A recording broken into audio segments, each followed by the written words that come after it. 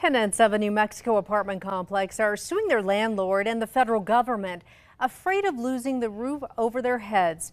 It's the latest blow for low-income tenants in Española, where another affordable housing complex was condemned a year and a half ago. News 13's Chandler Farnsworth has the story.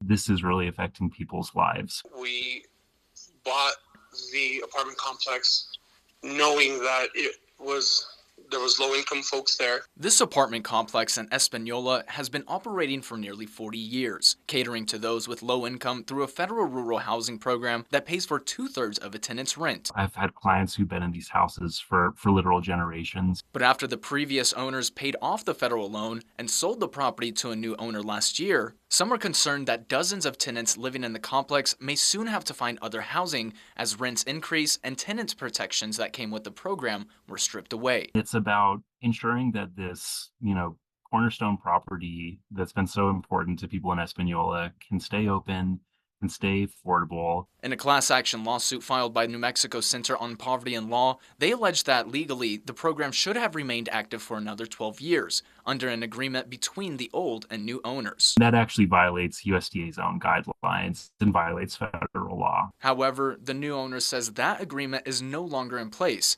and they've worked to keep tenants in their homes. During that 6 months, we didn't hardly collect any rents at all from many of the tenants. Since purchasing the property, the new owner says they have made repairs to the buildings and have increased security. We've had to renovate almost 100% of the apartment complex. Something some tenants we spoke to over the phone say they're grateful for. It's just like night and day. Now it's just like turned around, man. Wow. It's amazing.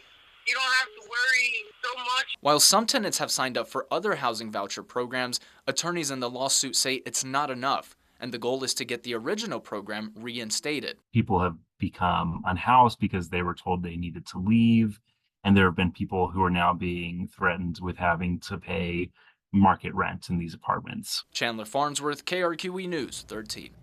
We reached out to the previous owners of the property who originally received the federal funding, but we did not hear back.